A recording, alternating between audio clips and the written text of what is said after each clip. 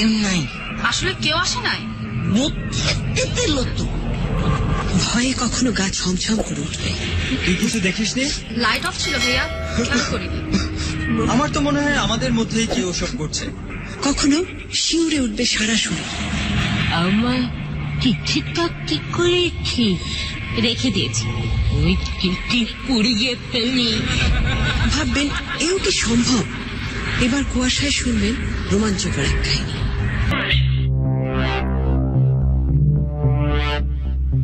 স্বাগত সবাইকে কুয়াশায়, সঙ্গে আছি শারমিন, আর শুনছে FM 89.2 অর্থাৎ যার নাম হচ্ছে বিসি রেডিও। আর কুয়াশা মানেই হচ্ছে ভয়, কুয়াশা মানেই হচ্ছে কারো কাছে আতঙ্ক।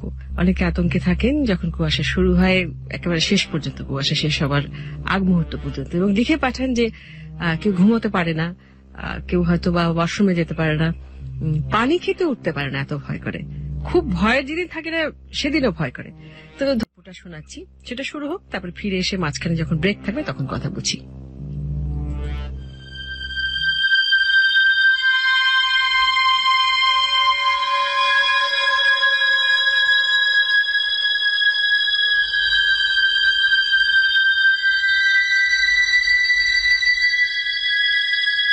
মানুষ কখনোই একা থাকতে পারে না। ছোটবেলায় আমরা সবাই পড়েছি, মানুষের একা থাকতে না পারার প্রবণতা থেকেই সমাজের সৃষ্টি। সুতরাং মানুষ একে অন্যের সঙ্গ চায়, এটা ভীষণ স্বাভাবিক একটা ব্যাপার। কিন্তু এটাও সত্যি, আমরা সকলের মাঝে থেকেও অনেক সময় একা থাকি। বাংলা একটা চমৎকার কথাই আছে, জনারণ্যে নির্জনতা। এই নির্জনতা অনেক সময় আমরা কেউ কেউ স্বাভাবিকভাবে নিতে পারি, আবার কেউ পারিও না। নির্জনতা, নীরবতা, শব্দহীনতার আতঙ্ক আমাদের পেয়ে বসে, আমরা ভয় পাই। তাই এই সময়গুলোতেও আমরা কাউকে না কাউকে সাথে নিতে চাই ভালো থাকার জন্য। সেই সঙ্গীটি হোক শরীরী বা অশরীরী। আমাদের কুয়াশায় আজকের গল্প এমনই এক ঘটনার। আজ থেকে বছর 5 আগে তিথি আর শামীমের বিয়ে হয়। প্রেমের বিয়ে নয়, একেবারে ঘটক ধরে বিয়ে। কিন্তু দুই পরিবারই পছন্দ করে দুই পরিবারকে। শামীম পেশায় ডাক্তার, মা বাবা ভাই বোন নিয়ে পরিপূর্ণ সুখী সংসার। শামীমের বাবাও একজন ডাক্তার, মা গৃহিণী কিন্তু উচ্চশিক্ষিত, আর ছোট বোন ডেন্টালে পড়ছে। আর সবচেয়ে ছোট ভাই খানিকটা অটিস্টিক, সে বাড়িতেই থাকে। শামীম আর তার পরিবারের ইচ্ছে ছিল এমন একটি মেয়ে এই পরিবারের বউ হয়ে আসবে যে সুন্দরী, শিক্ষিতা এবং শান্তশিষ্ট, ভালো মনের মানুষ হবে। তিথি ঠিক তেমনই মেয়ে। জন্মের সময় ওর মা মারা যায়, বাবা দ্বিতীয়বার বিয়ে করেন মেয়ের দেখাশোনার জন্যই, কিন্তু তিনিও এক দুর্ঘটনায় মারা যান। এরপর আর তিথির বাবা বিয়ে করেননি, নিজেই মেয়েকে বড় করেছেন, লেখাপড়া শিখিয়েছেন। মায়ের অভাব কখনো তিনি মেয়েকে বুঝতেই দেননি, কিন্তু সবসময় চাইতেন মেয়েকে এমন পরিবারে বিয়ে দেবেন যেখানে শ্বশুর শাশুড়ি, ননদ দেবর সব মিলিয়ে রমরমে পরিবার হবে। আর মিলিয়েও গেল তেমন, একেবারে রাজজোটক যাকে বলে। তারপর বেশ ধুমধাম করে বিয়ে হলো ওদের। বিয়ের পর তিথি এসে উঠল শামীমদের ধানমন্ডি শঙ্করের এই বাড়িতে। তিথির জন্য এ এক অন্যরকম পরিবেশ। এক পরিবারে এত মানুষ, এ যেন ওর কল্পনার বাইরে। কখনো তো দেখেনি এমন। বিষয়টা এমনই প্রকট ছিল যে বিয়ের পরদিনই শামীমের কাছে প্রকাশ করে ফেলল। নাস্তা করেছো? না, তোমার জন্য ওয়েট করছিলাম। খারাপ লাগছে না তোমার? না, এত মানুষ বাসায়, খারাপ লাগবে কেন? সবাই কত ভালো। সাথীর সাথে কথা হয়েছে? হ্যাঁ, তোমার বোনটা বেশ মিশুক, আর তোমার হবু বোন জামাইও বেশ ভালো। আমাকে একটা ক্যামেরা দিয়েছে, আমার যে ছবি তুলতে কি ভালো লাগে, আবার ভিডিও করা যায়। কে সবুজ? ছেলেটা বেশ মজার। মাও ভালো, আর বাবুটা যা দুষ্টু। আশা করি এখানে তোমার ভালোই লাগবে। তোমার হাতে ওটা কি, চিঠি? খুব মন দিয়ে পড়ছো? কার চিঠি? বুড়িমার। বুড়িমা মানে? আমাদের এলাকায় সম্পর্কে দাদি হলে তাকে বুড়িমা বলে। তোমার দাদি বেঁচে আছেন? কই, বিয়েতে দেখলাম না তো। উনি আমার নিজের দাদি না। আমি যখন ছোট ছিলাম আমাদের প্রতিবেশী ছিলেন, আমাকে ভীষণ আদর করেন। বিয়েতে আসতে পারেননি, কি যেন কাজে আটকা পড়েছিলেন। কাল চিঠিটা একজনকে দিয়ে পাঠিয়েছে। কি লিখেছে? কান্নাকাটি? প্রিয় নাতনির বিয়ে হয়ে যাচ্ছে? না না, উনি অনেক খুশি। আমাকে দেখতে উনি ঢাকায় আসবেন। বাহ, বেশ তো। এখন চলো নাস্তা করতে যাই, সবাই মেবি ওয়েট করছে। হ্যাঁ চলো। আহা, যাবার আগে একটু পার্সোনালি বাই বলবে না? ছাড়ো না, কি করছো? এখন না, বাকি যাও। মনে থাকে যেন। বেশ ভালোই চলছিল শামীম আর তিথির সংসার। অল্প দিনেই তিথি সংসারের সবার সাথে বেশ মানিয়ে নেয় নিজেকে। শামীমের মা, বাবা, ছোট বোন সাথী, এমনকি সবচেয়ে ছোট অটিস্টিক ভাই বাবলু তিথির ভক্ত হয়ে যায়। বিয়ের পর মাসখানেক এমন ভাবেই কেটে যায়। দুপুরবেলাটা বাড়িটা বেশ নির্জন থাকে। বাবা ছেলে দুজনেই হাসপাতালে ডিউটিতে। মা এই সময় খেয়ে দিয়ে একটা ভাত ঘুম দেয়। সাথী কলেজেই থাকে, আর বাবলু টিভি কিংবা ভিডিও গেম নিয়ে ব্যস্ত থাকে।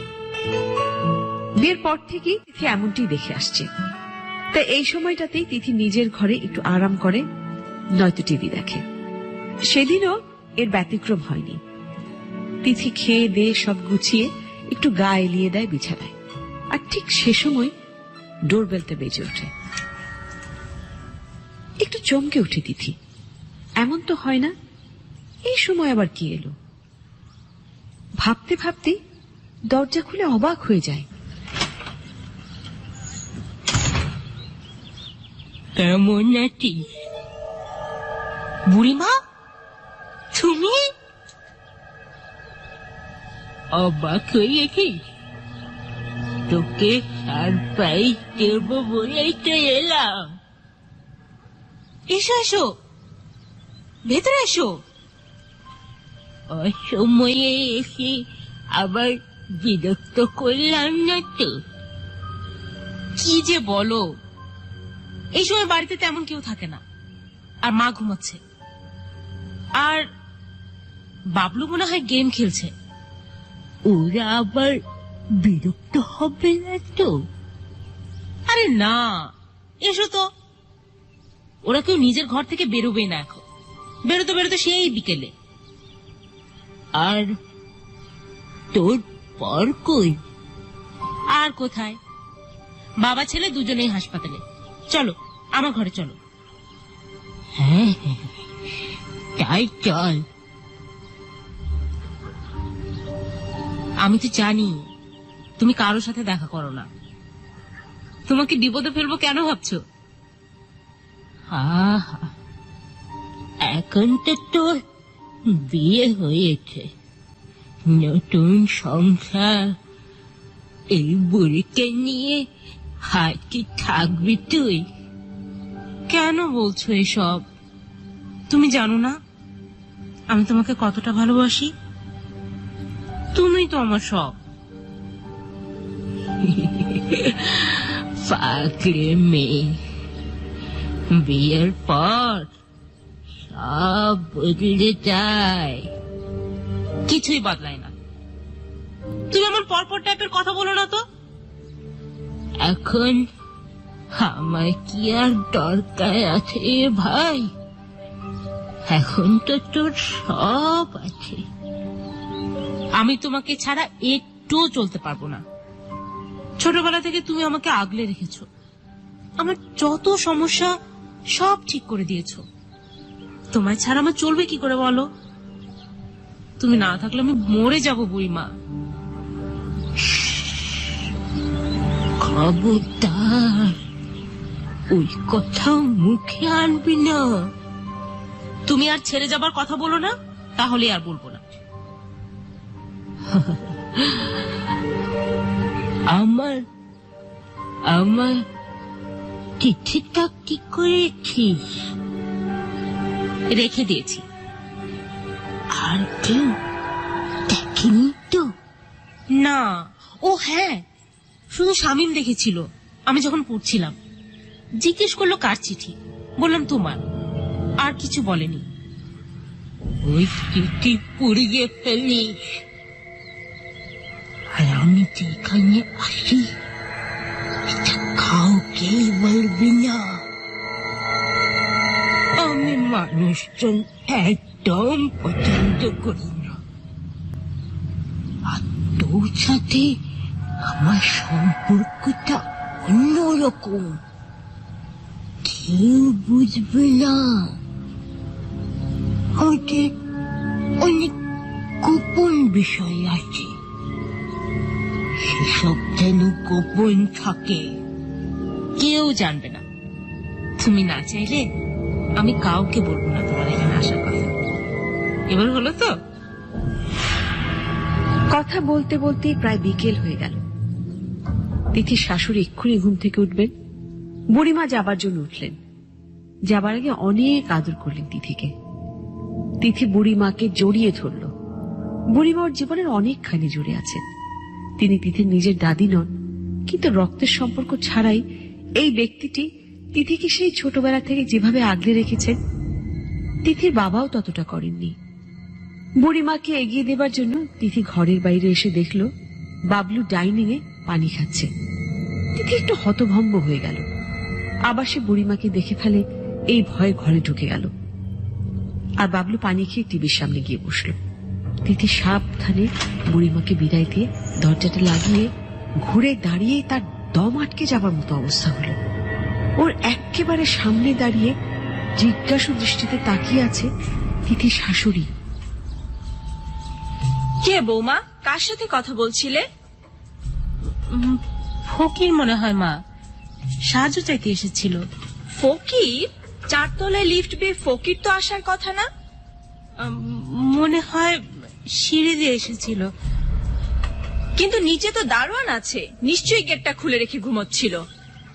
হ্যাঁ হ্যাঁ, মনে হয়। যাই হোক মা, এভাবে অপরিচিত কেউ দরজা এলে দরজা খুলো না। ঢাকায় যে কত রকম চোর বদমাশ আছে, দেখা যাবে খুনটুন করে টাকা পয়সা নিয়ে চলে যাবে। আচ্ছা ঠিক আছে, আর খুলবো না। চা খাবেন মা? চা করে দিই? হ্যাঁ দাও। এই বাবলু, তুই সারাদিন বসে টিভি দেখছিস? ওঠ, চোখটার 12টা বাজাচ্ছে একেবারে।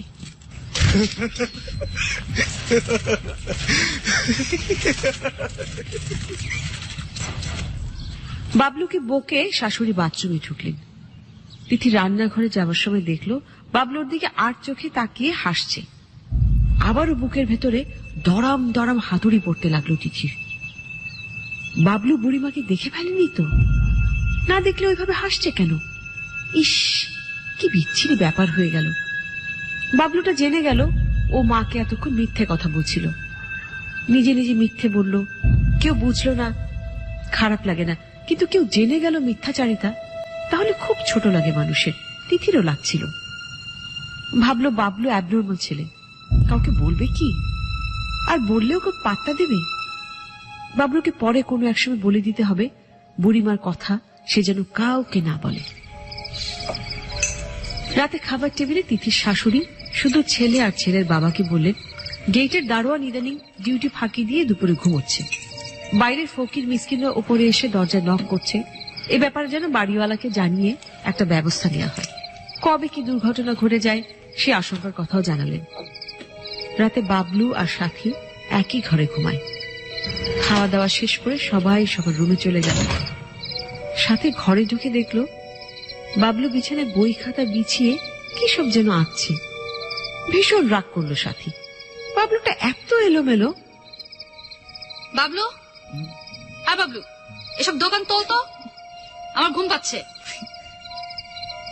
একটু বুবু, আরেকটু। বিছানার উপরে এসব কি? সরা বলছে এগুলা। তুই তোর দিতাম না তো, আমি একটু পড়লে আলো নিবিয়ে দিব। আর মশারি কে টাঙাবে? তোর বউ?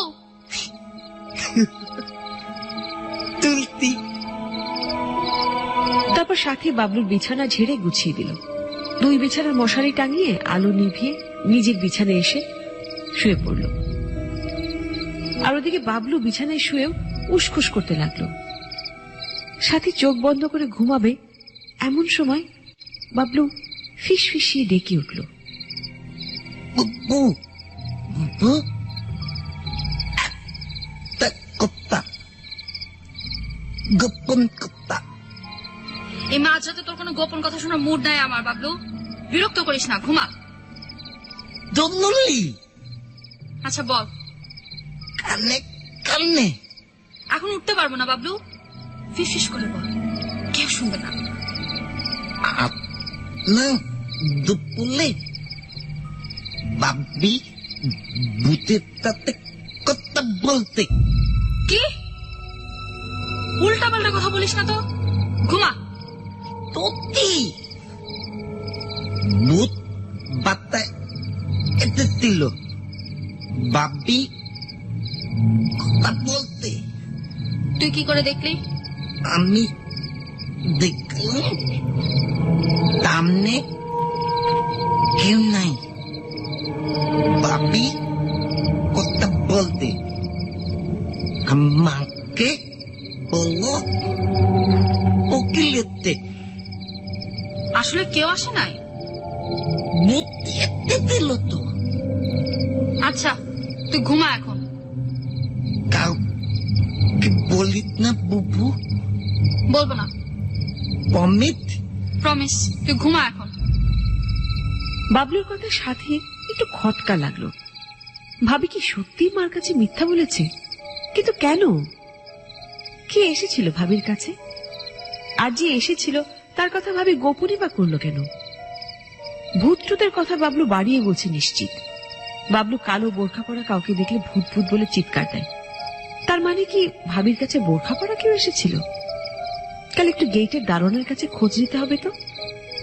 এসব ভাবতে ভাবতেই একসময় সাথী ঘুমিয়ে পড়ল। পরদিন সকালে কলেজ যাবার সময় গেটের দারোয়ানকে ধরল। দারোয়ান তো দুপুরে ঘুমানোর কথা শুনে আকাশ থেকে পড়ল। কি কন আফা, আমি রাইতে ঠিকঠাক ঘুমাই না, আর দুপুর বেলা ঘুম কসমিন কালেও না। দুপুরবেলা আমাদের বাসায় কেউ নক করেছিল দরজায়। কোনো গেস্ট এসেছিল কি জানেন? অতীত তো ফেরেস্তা আফা, আইবই। তো কালকা দুপুরে কোন ফেরেস্তা আসে নাই। আচ্ছা দেখি গেস্ট বুকটা দেন তো। দেখেন আফা, আমি বলা মনের মানুষ না। বলা মন হইলে কারণের কাম হয় না। লাস্ট গেস্ট এসেছে তো দুপুর 12টায়, আর সেটাও তো দেখি 6 তলার। তাহলে তাহলে আমাদের বাসায় কে এলো? সমস্যাটা কি আফা, কোন দেই? না না কিছু না, একটু চোখ কান খোলা রাখবেন তো। যে আফা, আসসালামু আলাইকুম। কোনো সলিউশনই পেল না সাথী। খুবই অদ্ভুত। বাবলু মিথ্যে বলবে না, হয়তো ভূত নয়, কিন্তু নিশ্চয়ই কেউ এসেছিল বাসায়, এবং সে ভাবির পরিচিত। কিন্তু ভাবি সেটা সবার কাছে লুকোতে চাইছে কেন? কি সব ভাবি যাবি চিন্তা করছো? সামনে পরীক্ষা, মন দিয়ে এই সময়টা পড়াশোনা করা উচিত। অথচ সে ভাবির কাছে কে আসলো বিষয়টাকে নিয়ে অনেক সিরিয়াসলি ভাবছে। কিন্তু কিছুতেই মাথা থেকে দুশ্চিন্তাটা যাচ্ছে না। কেমন জানি তার মন বলতে লাগলো সামনে খুব ভয়াবহ একটা সময় আসছে। সাথীর বয়ফ্রেন্ড সবুজও ব্যাপারটা লক্ষ্য করলো। সেদিন ওদের বসুন্ধরা সিটিতে একটা মুভি দেখতে যাবার কথা, কিন্তু সাথী ক্লাস সেরে তাড়াতাড়ি বাসায় ফিরতে চাইল। হ্যাঁ সাথী, কালকেই না তুই বললি ক্লাস শেষে সিনেমা দেখতে যাবি, আজকে হঠাৎ উল্টে গেলি কেন? ভালো লাগছে না রে, বাসায় যাই আজকে। শরীর খারাপ নাকি মন? কোনোটাই না। কেন মিথ্যা কথা বলছিস? এখনই বলতে চাচ্ছি না, পরে বলবো। ঠিক আছে, তোকে তো আর জোর করতে পারি না। বাই দ্য ওয়ে, ভাবি কেমন আছেন? ভাবি, ভাবি কে? আমি ভাবি, দরজাটা খোলো। তুমি এখন বাসায়? বিজি নাকি? ইয়ে, হ্যাঁ, মানে না, কিছু বলবে? আরে দরজাটা খোলো না, বাইরে দাঁড়িয়ে দাঁড়িয়ে কথা বলা যায় নাকি? হ্যাঁ খুলছি। কি করছিল বলো তো? কথা বলছিল মনে হলো। না, টিভি দেখছিলাম। কি বলবো বলো না। না আসলে একা একা খেতে ভালো লাগছে না জানো। আচ্ছা দাঁড়াও, প্লেটটা আনি, তোমার ঘরে বসে গল্প করি আর খাই। কি দরকার, তুমি টেবিলে খাও না। কি প্রবলেম বলো তো ভাবি? তুমি কারোর সাথে কথা বলছিলে? কেন বিরক্ত করছো বলো তো? তোমার সাথে আমি পরে কথা বলবো। নিজের মতো করে একটু থাকতেও পারবো না? কেন পারবে না ভাবি? এটা তো তোমারও বাড়ি। ওকে, আই এম সরি ভাবি। ঠিক আছে, এখন যাও, পরে কথা বলবো। সাথী খুবই অবাক হলো। সাথীকে তিথি ঘরে ঢুকতেই দিল না। তিথি কথা বলল দরজার বাইরে এসে। তিথি আর শামীমের ঘরে দরজার সোজাসুজি ড্রেসিং টেবিলটা রাখা। পুরো ঘরটাই বেশ ভালোভাবে দেখা যায় আয়না দিয়ে দরজায় দাঁড়ালে। কিন্তু সেটা কি দেখলো? এটা কি করে সম্ভব? আর ভাবি কখনো এরকম আচরণ করতে পারে ওর ধারণার মধ্যেই ছিল না। এতটা রেগে গেল কেন ভাবি? সাথীর আর খেতে ইচ্ছে হলো না। সে যা দেখলো সেটা হজম করতে তার অনেক কষ্ট হচ্ছে। সে ভাবল শামীম অর্থাৎ তার ভাইয়াকে ইমিডিয়েটলি সব কথা জানাতে হবে। সেদিন রাতে একটা ভয়াবহ খবর এলো। ক্যাম্পাস থেকে বাইকে ফেরার পথে সবুজের মারাত্মক অ্যাক্সিডেন্ট হয়ে সে হাসপাতালে। বাবলু আর মা ছাড়া বাকি সবাই ছুটে গেল হাসপাতালে, কিন্তু ততক্ষণে সব শেষ। সবুজের সাথে শেষ দেখাটাও করতে পারেনি সাথী। হাসপাতালে গিয়ে শুনল রাস্তা ক্রসিং এর সময় কোথা থেকে একটা ট্রাক ছুটে এসে সবুজের বাইক সহ ওকে পিষে দিয়ে চলে যায়। স্থানীয় লোকজন ধরাধরি করে কাছের হাসপাতালে নিয়ে যায়। সেখানে অবস্থা খারাপ দেখে মেডিকেলে নিয়ে আসে। সারা বাড়িতে শোকের ছায়া নেমে আসে।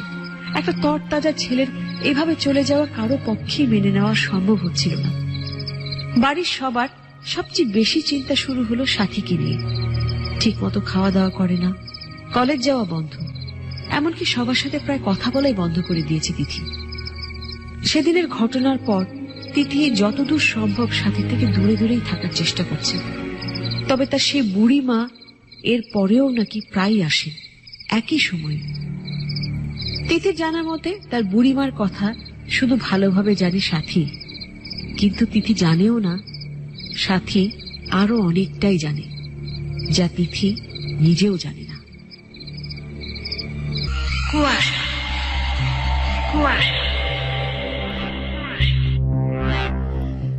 কুয়াশা চলছে FM 89.2 তে, সঙ্গে আছি আমি শারমিন। আর আজকে আমাদের কুয়াশার যে মূল কাহিনী, আমরা শুরুতে দেখছি যে তিথি এবং শামীম নামে এক দম্পতি, তাদের বিয়ে হয়েছে প্রেম করে নয়, ঘটকের মাধ্যমে, অর্থাৎ ঘটকারি করে একেবারে দুই পরিবারের সমঝোতার মাধ্যমে তাদের বিয়ে হয়। এবং শামীম একজন পেশায় ডাক্তার এবং শামীমের বাবাও ডাক্তার। তিথি যেহেতু তার বাবার সঙ্গে থাকতো এবং তিথির বাবার খুব ইচ্ছে ছিল যে তাকে এমন একটি পরিবারে বিয়ে দেওয়া হবে যেখানে শ্বশুর শাশুড়ি ননদ দেবর অনেক বড় একটা বা যৌথ পরিবারের মতন এরকম একটা পরিবারে। তো সেরকমই একটা পরিবারে তিথির বিয়ে হয়েছে। এবং আমরা একসময় দেখলাম যে বুড়িমা নামে একটি চরিত্র সেখানে তিথির সঙ্গে দেখা করতে আসে প্রতিদিনই দুপুর বেলায়, এবং তাকে নিয়ে একটা রহস্যের জট পাকাচ্ছে। কোন দিকে যাচ্ছে আমরা কিন্তু কিছুই বুঝতে পারছি না। আমাদেরকে আরো অপেক্ষা করতে হবে, কারণ আজকে আরো এর পরের পর্বে গেলে আমরা আরো কিছুটা জানতে পারবো এবং সবচেয়ে শেষে গিয়ে আমাদের রহস্য উন্মোচন হবে। তো এর আগে বন্ধুদের বলেছিলাম, একটা কুইজ দিয়েছিলাম ট্রেন নিয়ে আমাদের শুরু। This track was downloaded from FusionBD.com. যে গল্পটি ছিল একজন শ্রোতা বন্ধু পাঠিয়েছিলেন, ফাহিম তার নাম।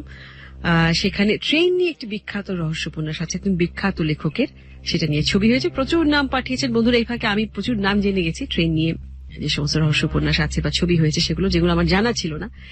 সেখান থেকে দুজন বন্ধু ভাগ্যবান, লটারির মাধ্যমে তাদের নাম উঠিয়ে বা লটারির মাধ্যমে তাদের নাম ঘোষণা করা হবে এবং তাদের সঙ্গে আমি শেষে কথা বলবো ফোনের মাধ্যমে।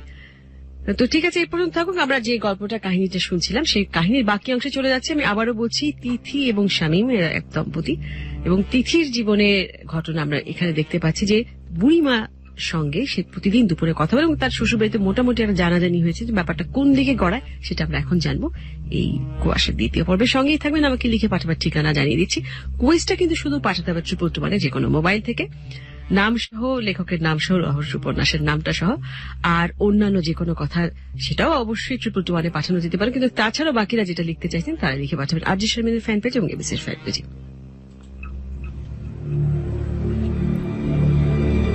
মাস দুয়েক পরে এক ছুটির দিনের বিকেলে সাথী নিজে থেকে ঘর থেকে বেরিয়ে সবাইকে বলে, আজকে আমি তোমাদের চা করে খাওয়াই। সাথীর কথা শুনে বাড়ির সবার মনে হলো যেন প্রচন্ড খরার পর এক পশলা বৃষ্টি। সবুজের মৃত্যুর পর সাথী গত 2 মাস নিজেকে গুটিয়ে রেখেছে। সবার আশঙ্কা হয়েছিল মেয়েটি কি তাহলে তার স্বাভাবিক জীবনে ফিরবে না। শামীম তো বাবাকে বেশ কয়েকবার প্রস্তাবও দিয়েছে সাথীকে ভালো কোনো সাইকিয়াট্রিস্ট দেখানোর ব্যাপারে। শেষ পর্যন্ত সাথী নিজেই স্বাভাবিক জীবনে ফিরতে চাইছে। এর থেকে খুশি আর কি হতে পারে। সাথী চা বানাতে গেল রান্নাঘরে। সাথীরও বেশ ভালো লাগছিল। ওর এই ছোট্ট প্রস্তাবে বাড়ির সবার মুখ কেমন ঝলমলিয়ে উঠেছে। শুধু একজনের মুখে একটু অন্যরকম ছাপ দেখল। কি জানি, হয়তো ওর বোঝার ভুল। সে ভাবলো সবার জন্য ফুলকপির পাকোড়া আর চা বানাবে। তারপর ফুলকপি কেটে ভাপে দিয়ে সে তিথিকে ডেকে দেখতে বলে একটু ওয়াশরুমে গেল ফ্রেশ হতে। খানিকক্ষণ পরেই রান্নাঘর থেকে তিথির চিৎকারে সবাই রান্নাঘরে ছুটে গেল। ওয়াশরুম থেকে বেরিয়ে সাথীও হন্তদন্ত হয়ে গেল রান্নাঘরে। আর গিয়ে যা দেখলো তা নিজেও বিশ্বাস করতে পারছিল না। চুলায় সে একটা হাঁড়িতে ফুলকপি সেদ্ধ করতে দিয়েছিল, কিন্তু হাঁড়ির বদলে চুলায় বসানো আছে একটি প্লাস্টিকের বোল। তাও বোলটাতে আগুন লেগে দাউ দাউ করে জ্বলছে। শামীম তাড়াতাড়ি গিয়ে চুলা অফ করে পানি ঢেলে দিল আগুনের উপর। সাথী, তুই প্লাস্টিকের বলে ফুলকপি সিদ্ধ দিয়েছিস? না তো মা, আমি তো চুলায় হাঁড়ি বসিয়ে গেলাম। ভাবি, তুমি দেখেছো না রান্নাঘরে ঢুকে হাঁড়ি বসানো? আমি কি করে বলবো, মানে ঠিক খেয়াল করিনি। চুলার পাশে দাঁড়িয়ে বেসন মাখাচ্ছিলাম, হঠাৎ পোড়া গন্ধ, তারপরে তো আগুন। কিন্তু আমি সত্যি হাঁড়ি চুলার উপরে বসিয়েছি। কি করে বদলে গেল? শোনো, তোমার না রান্নাঘরে আসার দরকার নেই, তুমি বরং রেস্ট নাও। এত বড় ধকলের পর একটু এলোমেলো হয়ে যাওয়াই স্বাভাবিক। আমি এলোমেলো মানে? তোমরা কি বলতে চাও আমার মাথা খারাপ হয়ে গেছে? সাথী, এটা নিয়ে কথা বাড়ানোর কোনো দরকার নেই। তিথি ঠিকই বলেছে, তোর আরো কিছুদিন রেস্ট নেওয়া দরকার। আমাদের মনে হয় ডাক্তারের সাথে একটু কথা বলা দরকার। তো বলছো না কেন? আমার মেয়ের খারাপ কিছু হলে ভালো হবে না বলে দিচ্ছি। মা, আমার কিছু হয়নি মা, আমি ঠিক আছি। এটা হয়তো অন্য কেউ। তুই ঘরে চল সাথী। সাথী বুঝতে পারে এই সব ভাবি করছে, কিন্তু কেন, কি ক্ষতি করেছে ও? কিন্তু এমন একটা অবস্থা তৈরি হলো যে এই কথা কাউকে এখন বললেও বিশ্বাস করাতে পারবে না। কাউকে বললেই প্রশ্ন আসবে, তিথি কেন এসব করবে? এরপরে যদি সাথী বলে তিথি সে ভয়ঙ্কর সত্য কথাটি, তাহলে কারো বিশ্বাস করা তো দূরের কথা, বরং সবাই আরো ভাববে সাথী সত্যিই মাথা ঠিক নেই। আর এটাই কি ভাবি চেয়েছে? সে বুঝতে পারছে ভয়ঙ্কর সব ব্যাপার ঘটছে, কিন্তু তার কিচ্ছু করার নেই। সে কাউকেই কিছু বলতে পারবে না। এরও প্রায় দিন 7 পরের কথা। সবুজের মারা যাবার পর থেকে বাবলুর মশারি টাঙিয়ে দেয় তিথি। সেদিনের পর সাথী আবারও চুপচাপ হয়ে যায়। টুকটাক একটু বাবলুর সাথে কথা বলে শুধু। সেই রাতে সবাই একসাথে খাচ্ছিল। বাবলু আগে খেয়ে ঘরে গিয়ে ভয়ে চিৎকার করে ওঠে। খাওয়া ছেড়ে সবাই বাবলুর ঘরে দৌড়ে যায়। গিয়ে দেখে এক ভয়াবহ কাণ্ড। বাবলুর সারা বিছানায় রক্ত, মুরগির পালক আর নাড়ি ভুড়ি ছেটানো। বাবলু রক্ত ভয় পায়। সে দরজার এক কোণে গিয়ে ভয় থরথর করে কাঁপছে।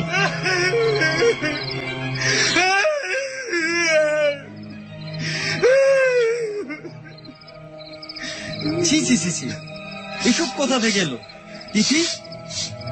আমি কি করে বলবো, আজ তো মশারি টাঙাতে ঘরে আসিনি আমি। আমি তো টেবিলে খাবার সার্ভ করছিলাম, তার আগে মা আর আমি তো রান্না করছিলাম। এটা কখন হলো? কে করলো? আশ্চর্য, এতটুকু একটা বাসায় কি ঘটছে না ঘটছে কেউ জানবে না? সাথী, তুই কখন ঘর থেকে বের হয়েছিস? খেতে যাবার আগে। তুই কিছু দেখিসনি? লাইট অফ ছিল ভাইয়া, খেয়াল করিনি। It's too much. এটা কোনো কথা হলো? কেউ দেখেনি? আমার তো মনে হয় আমাদের মধ্যেই কেউ ওসব করছে। আহ, কি বলছিস? আমাদের মধ্যে কে করবে? তোরা আর এসব নিয়ে কথা বলিস না তো। দেখছিস ছেলেটা ভয় পেয়েছে? কাঁদে না বাবা, কাঁদে না। ওসব মুরগির রক্ত, মানুষের তো নয়। আমি বিছানাটা পরিষ্কার করছি, আপনারা বাইরে যান। সাথী, কাল বিকেলে আমি তোকে নিয়ে ডাক্তারের কাছে যাব। কেন, কি হয়েছে আমার? তুই বুঝতে পারছিস না কি হয়েছে? ভাইয়া, এই কাজটা কিন্তু আমি করিনি। আমি বাবলুকে এমন ভয় পাইয়ে কেন দেব? সেটা তুই ভালো জানিস। এসব কি বলছো? এই মানসিক অবস্থা এসব তোমার বলা ঠিক হচ্ছে না। আমার কি মানসিক অবস্থা ভাবি? আমি তো দিব্যি ভালো আছি। আমাকে অসুস্থ বানানোর এত চেষ্টা কেন তোমার? আমি কি করলাম? ব্যাস, অনেক হয়েছে। তোমরা কেউ কিছু করনি, আর একটাও কথা হবে না এই নিয়ে। সবাই এই ঘর থেকে চলে যাও।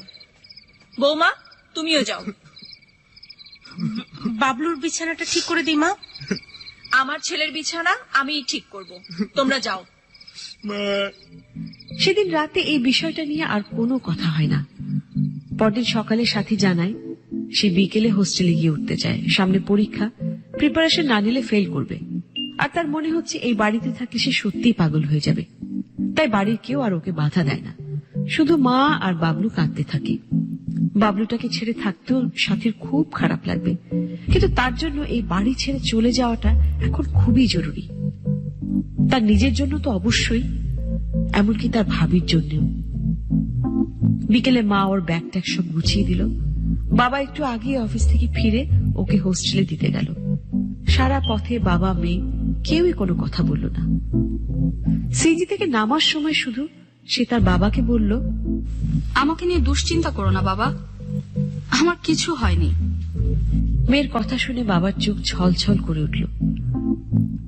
দুটো ব্যাপারে ভদ্রলোক নিশ্চিত হলেন যে মেয়ের কোনো মানসিক ভারসাম্যহীনতা নেই, আর কোনো কারণে তিথির সাথে সাথীর একটা দূরত্ব তৈরি হয়েছে। একই পরিবারের মধ্যে দুজন মানুষের মাঝে দূরত্ব তৈরি হলে একই ছাদের নিচে বসবাস করা খুব মুশকিল হয়ে পড়ে। হয়তো সবার শান্তি রক্ষায় সাথীর হোস্টেলে ওঠা একদিক থেকে ভালোই হলো। পরদিন সকালে সাথী ক্লাস করে দুপুরবেলা চলে গেল শামীমের হাসপাতালে। শামীমের সাথে দেখা করে আদ্যপান্ত সব খুলে বলল সাথী। সবকিছু শুনে শামীমের পা থেকে মাটি সরে যাবার মতো অবস্থা। আমি কি করে তোর কথা বিশ্বাস করব? আমি একটুও টের পাবো না? তোর কোথাও একটা ভুল হচ্ছে সাথী। আমি ভুল করছি না ভাইয়া, আমি বেশ কয়েকদিন কিন্তু একই জিনিস দেখেছি। কিন্তু আমি সব নিজেই যাচাই করে দেখতে চাই। তিথি খুব ভালো মেয়ে, কিন্তু আমার সাথে এভাবে ধাপ্পাবাজি করবে ভাবতেও পারছি না। তুমি খোঁজ নাও ভাইয়া, তোমাদের ভবিষ্যতের জন্য তো এই সুরাহা হওয়া প্রয়োজন। তুই আর কারোর সাথে আলাপ করেছিস? মানে বাড়ির কেউ জানে বিষয়টা? বাবলু প্রথম আমাকে জানিয়েছে যে ভাবি ভূতের সাথে কথা বলে, আর ভাবি তো মার সাথেও মিথ্যা কথা বলেছে। সেখান থেকে আমার সন্দেহটা শুরু। তবে বাবলু আর কাউকে জানায়নি, ওর পেটের কথা শুধু আমাকেই বলে ভাইয়া। ঠিক আছে, আমি দেখছি বিষয়টা, তুই আর কাউকে বলিস না। আমি জানি ভাইয়া, তুমি ভাবিকে খুব ভালোবাসো। সেদিন দুপুরে সাথীর কথা শুনে শামীমের প্রচন্ড অস্থিরতা শুরু হয়ে গেল। বিকেলবেলা বেশ তাড়াতাড়ি সে বাসায় চলে এলো। আসার পথে গেটে ওয়াচম্যানের কাছ থেকে গেস্ট বুকটা নিয়ে দেখলো সাথী যা বলেছে তাই ঠিক। তারপর বাসায় উঠে এলো। আসার পরে মা আবার চেঁচামেচি করতে শুরু করলো।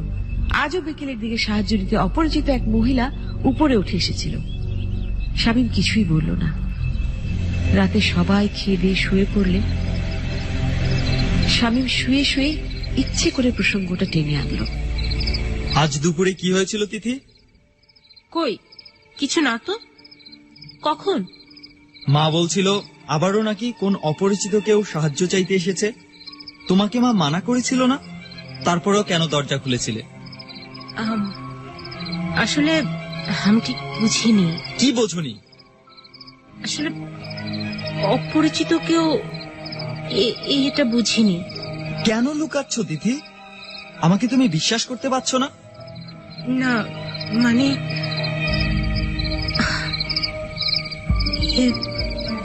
তিথি, আমার চোখের দিকে তাকিয়ে বলো, কি আসে তোমার কাছে প্রতিদিন?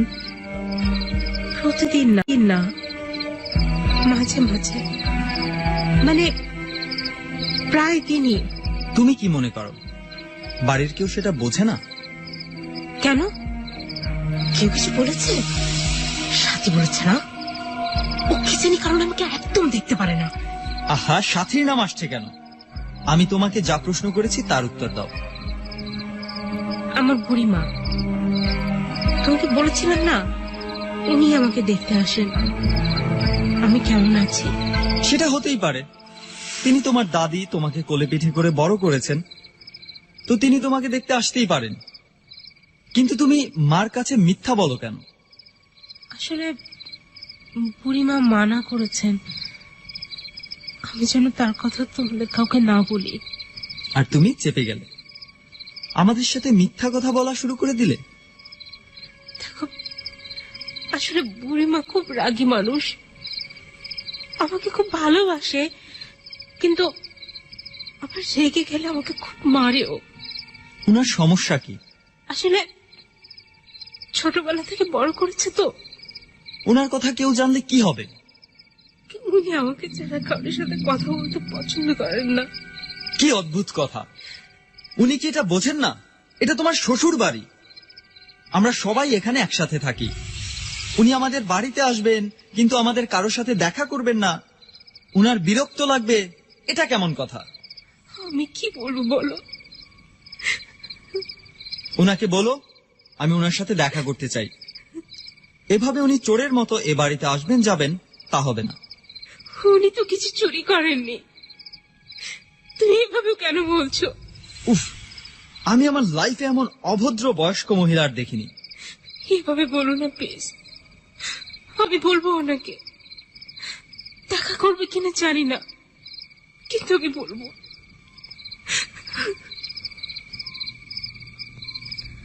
শামীমার কোনো কথা বলল না, বুঝতে পারল না সে তিথির কথা ঠিক নাকি সাথী যা বলল তা ঠিক। তিথির কথা সত্যি হলেও ভদ্রমহিলা বেশ সন্দেহজনক। তিথির কথায় বিশ্বাস করতে হলে ও সে বুড়িমাকে অবশ্যই দেখতে হবে। পরদিন সকাল থেকে শরীরটা খারাপ লাগলো, গায়ে 102 ডিগ্রি জ্বর। হাসপাতালে ফোন করে ছুটি নিয়ে নিল। আসলে সবুজ মারা যাওয়ার পর থেকেই সাথীর জন্য দুশ্চিন্তা। কালকের পর তিথিকে নিয়ে এইসব ভাবনা আর সব মিলিয়ে শামীমের উপর প্রেসটা একটু বেশি হয়ে গেছে, তাই ছুটি নিয়ে নিল। এটা অবশ্য একদিক থেকে ভালোই হলো, রেস্ট নেওয়া হবে আর তিথি সে বুড়িমার সাথে দেখাও হবে। কিন্তু পরের কাজটা হলো না। সেদিন তিথির বুড়িমা আর এলোই না। সারা দিন তিথির সাথে কোনো কথাও হয়নি। শামীম বাসায়, আর বুড়িমার ডুব মারায় বারবার মনে হচ্ছে তবে কি সাথীর কথাই ঠিক। সেদিন রাতে শামীম একটা দুঃসাহসিক কাজ করে ফেলল। তিথি ঠিক হোক আর সাথীর কথাই ঠিক হোক, সেটা যাচাই করার জন্য এছাড়া অন্য কোনো সহজ উপায় শামীমের মাথায় এলো না। বিয়েতে সাথী আর সবুজ মিলে ওদেরকে একটা ক্যামেরা গিফট দিয়েছিল। সেই ক্যামেরাটাই শামীম এবার কাজে লাগানোর প্ল্যান করল।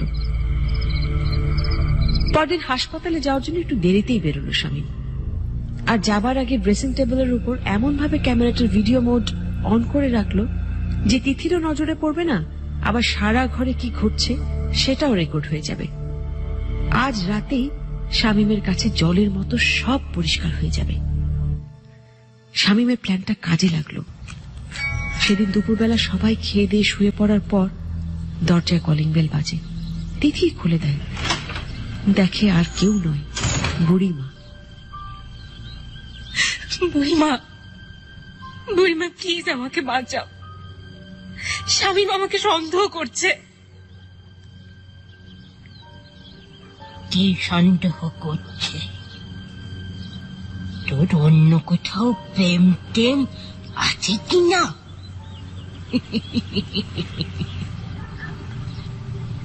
বুড়িমা, আমি স্বামীকে অনেক ভালোবাসি। এবারে সবাই আমাকে অনেক আপন করে নিয়েছে, সেখানে আমি তোমার দিকটা দেখতে গিয়ে আমার সব কাছের মানুষদের সাথে মিথ্যা কথা বলছি। সাথীকে সবার সামনে মানসিক রোগী বানিয়েছি। সাথী আমাকে আর দেখতে পারে না। এভাবে চললে আমার সংসারটা ভেঙে যাবে বুড়িমা। ও, তার মানে আমার প্রয়োজন তো ফুরিয়ে গেছে না? তুই ভুলে গেছিস তোর খারাপ সময়টাতে তোর জন্য আমি কি কি করেছি?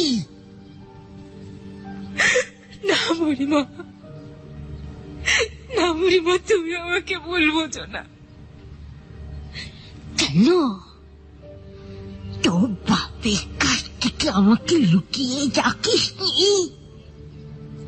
তোর বাবা জানতো, তোর বাবা জানতো আমি সব সময় তোর পাশে ছিলাম। সেখানে তুই পাইস, এখানে আমাকে সবার সামনে যেতে হবে কেন? আমার স্বামী, শ্বশুর, শাশুড়ি, ননদ, দেবর সবাই খুব ভালো মানুষ বুড়িমা। ওরা আমাকে ভুল বুঝলে আমি কোথায় যাব? এতদিন তাহলে তোর জন্য মিছামিছি আমি পাণ্ডশ্রম দিয়েছি। ছি, ছি, তোর উপর অত্যাচার করতে বলে তোর সৎমাকে আমি শেষ করে দিয়েছি। আর কেউ যদি তোকে যন্ত্রণা দেয় তাকেও শেষ করে ফেলবো। না না বুড়িমা, না না, এটা করো না তুমি। আমি এদের খুব ভালোবাসি বুড়িমা। তুমি চেয়েছিলে সাথীকে সরাতে, আমি সরিয়েছি। ও তো বাড়ি থেকেই চলে গেছে। আর কারো ক্ষতি করতে বলো না বুড়িমা। তুমি ওদের খারাপ ভাবে দেখো না বুড়িমা, ওদের কোনো ক্ষতি করো না বুড়িমা। তুমি যেমন আছো তেমনই থাকো। আমি দেখছি কি করা যায়। একটা কথা সাপ সাপ বলে দিচ্ছি, আমাকে তোর কাছ থেকে কেউ সরাতে চাইলে আমি তাকে সরিয়ে দেব। আর তুই যদি আমার কাছ থেকে সত্যি চাস, তোকে আমি শেষ করে ফেলব।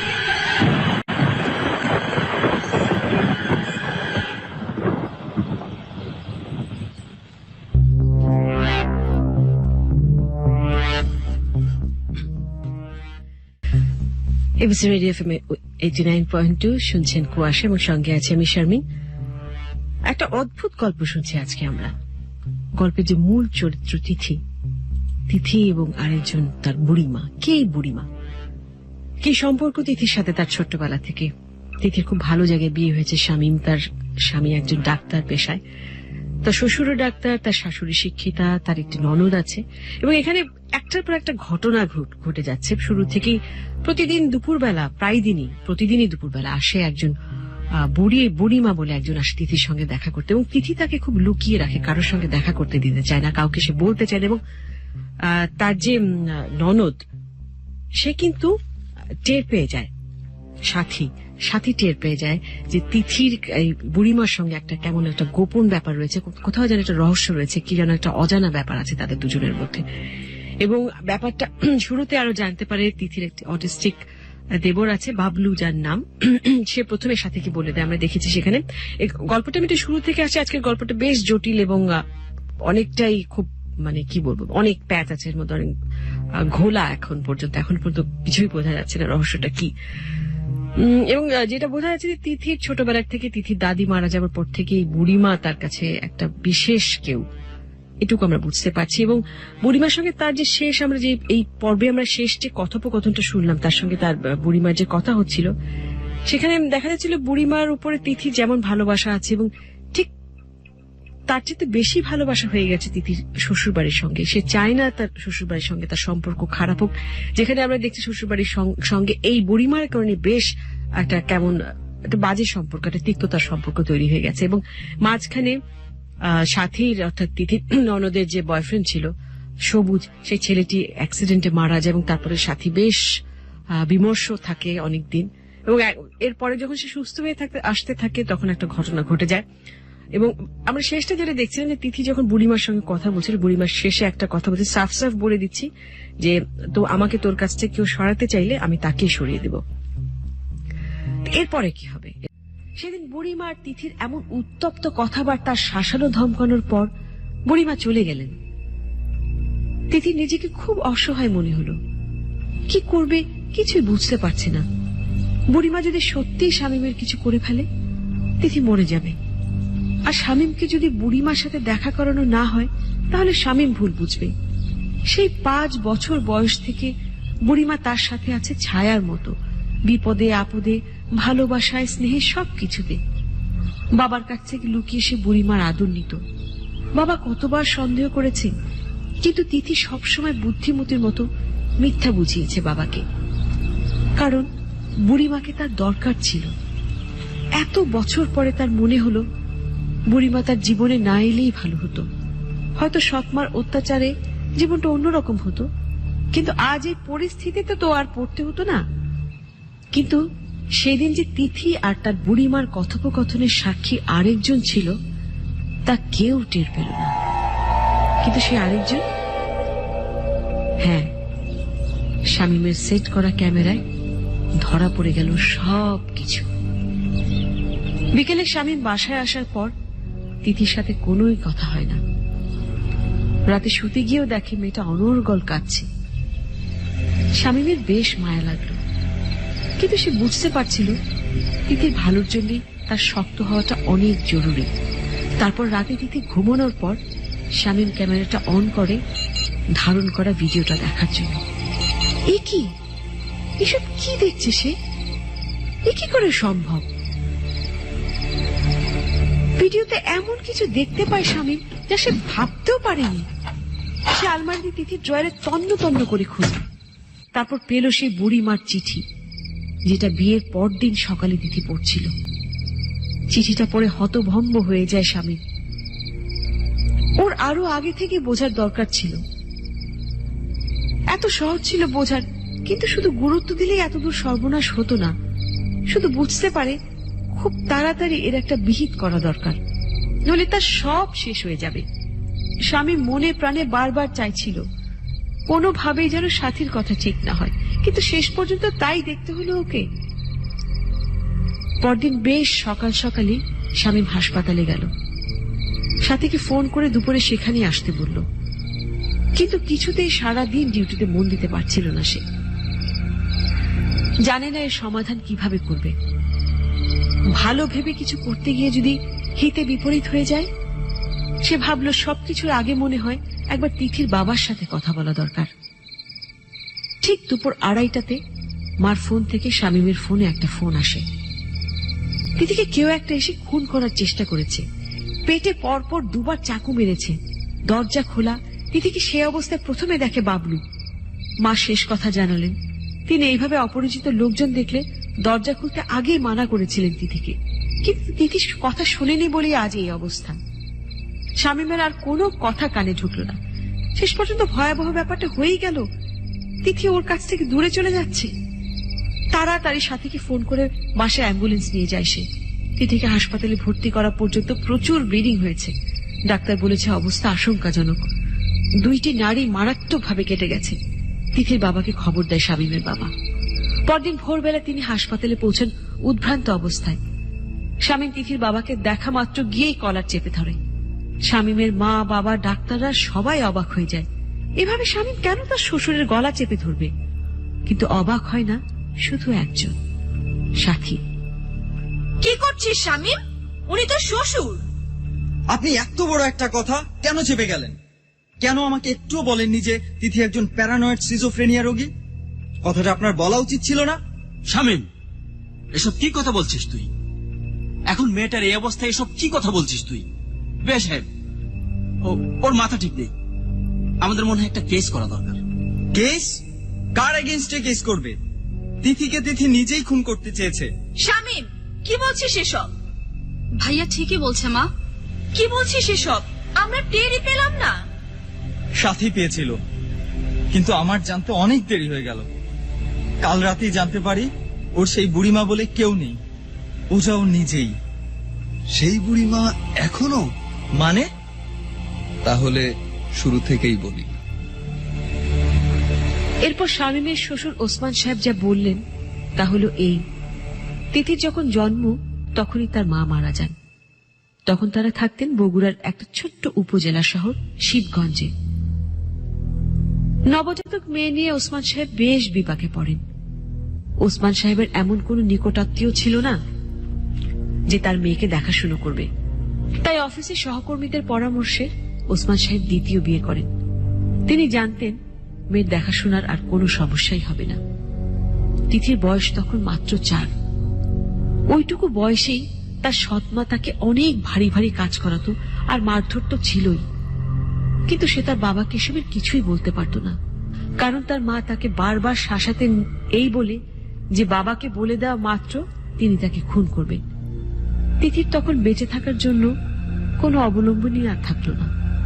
আর তখন ওসমান সাহেবও বাইরের কাজে এতটাই ব্যস্ত থাকতেন যে কখনো তলিয়ে দেখার প্রয়োজন বোধ করেননি যে আসলে তার মেয়েটা কেমন আছে। তিথি তখন থেকেই সম্ভবত নিজের একটা আলাদা জগৎ তৈরি করে নেয়, আর সেই জগতের একমাত্র বাসিন্দা তার বুড়ি মা।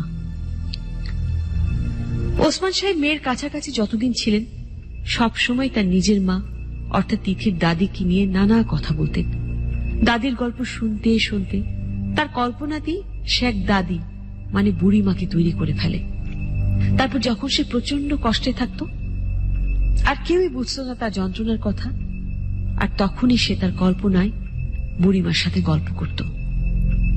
যখন তিথির বয়স মাত্র 5 বছর, তখন ওসমান সাহেব একদিন অফিস থেকে বাসায় এসে দেখেন তার স্ত্রী বিছানায় পড়ে আছে আর তার মুখ ভর্তি ফেনা, তার মানে বিষের প্রভাব। ওসমান সাহেব মেয়েকে জিজ্ঞাসা করলেন তার মার কি হয়েছে। মেয়ে জানালো সে স্কুলে গিয়েছিল, ফিরে এসে দেখে এই অবস্থা। ওসমান সাহেব স্ত্রীর হার্টবিট পালস চেক করে দেখলেন অনেক আগেই সব শেষ। আশেপাশের কিছু প্রতিবেশীকে ডেকে কোন রকমে স্ত্রীর সৎকার করলেন। কোনো মতে বুঝতে পারলেন না তার স্ত্রী কেন আত্মহত্যা করল। এক ধরনের হতাশার মধ্যে থাকতেন সবসময়। চাকরি বাকরির কিছুই ভালো লাগতো না, সারাদিন বাসায় থাকতেন। এই সময়টাতেই তিনি টের পেলেন তিথি একা একা কার সাথে যেন কথা বলে, অনেকটা অভিনয়ের মতো। তিথি একা হয়ে কথা বলে, আবার পরক্ষণেই কোন এক বৃদ্ধার স্বরে কথা বলে। ওসমান সাহেব এর আগে কখনো মেয়েকে এভাবে কথা বলতে দেখেননি। আরো একটি বিষয় তিনি লক্ষ্য করলেন যে মা মারা যাওয়াতে তিথির কোনো খারাপ লাগা নেই, বরং যেন একটু খুশি হয়েছে সে। তিনি প্রতিবেশীদের কাছে খোঁজ নিয়ে জানতে পারলেন সৎমা আর তিথির সম্পর্ক কখনোই ভালো ছিল না। তার দ্বিতীয় স্ত্রী তিথিকে প্রচন্ড মারধর করতেন, তার মানে তিথি তার মাকে একদমই পছন্দ করতেন না। কিন্তু সেই কারণেই কি তিথি খুন করতে পারে? আর ওইটুকু মেয়ের পক্ষে কি খুন করা সম্ভব? এরপর তিনি তিথির সাথে সরাসরি কথা বললেন। তিথি তখনও মিথ্যে বলা শিখেনি। বাবা জিজ্ঞাসা করাতেই সে হর হর করে বলে দিল যে ওর মাকে বুড়িমা মেরেছে। ওসমান সাহেব বুড়িমাকে তার বাড়ি কোথায় জানতে চাইলে তিথি কিছুই বলতে পারল না। এর পরের কদিন তিনি বেশ ভালো করে লক্ষ্য করলেন আসলে তিথির কাছে কোন এক বৃদ্ধা মহিলা আসে কিনা, কিন্তু তিনি কখনোই মেয়ে আর নিজেকে ছাড়া তৃতীয় কোনো ব্যক্তিকে তার বাড়িতে দেখেনি। আর তখনই তিনি পরিষ্কার হলেন যে বুড়িমা তিথির কল্পনার মানুষ। আর বুড়িমা যদি সত্যি তার স্ত্রীকে খুন করে, সেটা আসলে করেছে তিথি। এইটুকু একটা মেয়ে তার সৎমাকে খুন করেছে, এই জন্য তার শাস্তি হবে, এটা ওসমান সাহেবের পক্ষে মেনে নেওয়া একেবারেই সম্ভব ছিল না। ভয় তিনি মেয়েকে ডাক্তার পর্যন্ত দেখালেন না, যদি ডাক্তারের কাছে সব প্রকাশ হয়ে পড়ে। এরপরে কয়েকটি কাজ তিনি খুব দ্রুত করে ফেললেন। শিবগঞ্জ থেকে সবকিছু গুটিয়ে চলে এলেন দিনাজপুরে। আগের জায়গার সাথে কোনো সম্পর্ক রাখলেন না, আর মেয়েকে বারবার বোঝালেন বুড়িমা বলে কেউ নেই, তিথি যেন তাকে ভুলে যায়। এরপরেও তিথির কল্পনায় বুড়িমা আসত। তখন তিনি ওকে শাসন করা শুরু করলেন।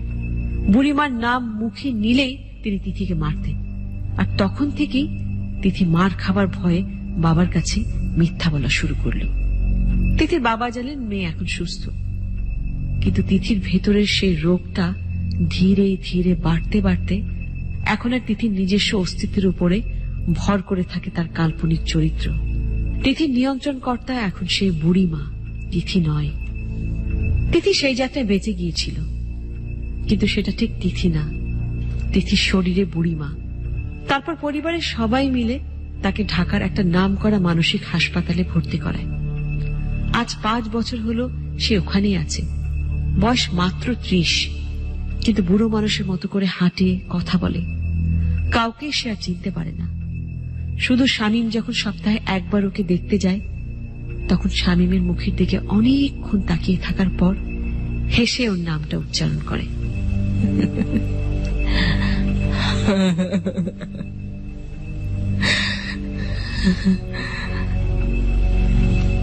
শামীম।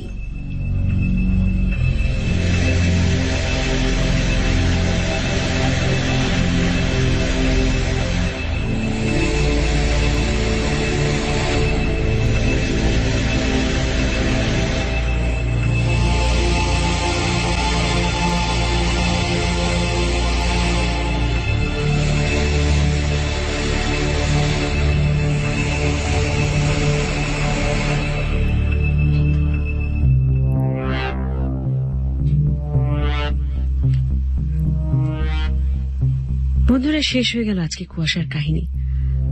ভীষণ অদ্ভুত একটা কাহিনী শুনলাম। মানুষের জীবনে কত রহস্য থাকে, কত জটিল মানুষের জীবনে কাহিনীটা শুনলে বোঝা যায়। একটা স্কিজোফ্রেনিয়া আমরা আসলে এমন একটা রোগ, এটা কার মধ্যে কখন থাকে আসলে সেটা অনেক সময় দেখা গেল বাইরে থেকে দেখে বোঝা যায় না। তার আচরণ দেখে খুব স্বাভাবিক মনে হয়, হঠাৎ হঠাৎ এমন কিছু অস্বাভাবিক জিনিস সে করতে থাকে যেটা দিয়ে বোঝা যায় সে স্বাভাবিক আর 10টা মানুষের মতো নয়। ঠিক তিথিও তেমনি। ছোটবেলা থেকেই তার জীবনে ঘটে গেছে অনেক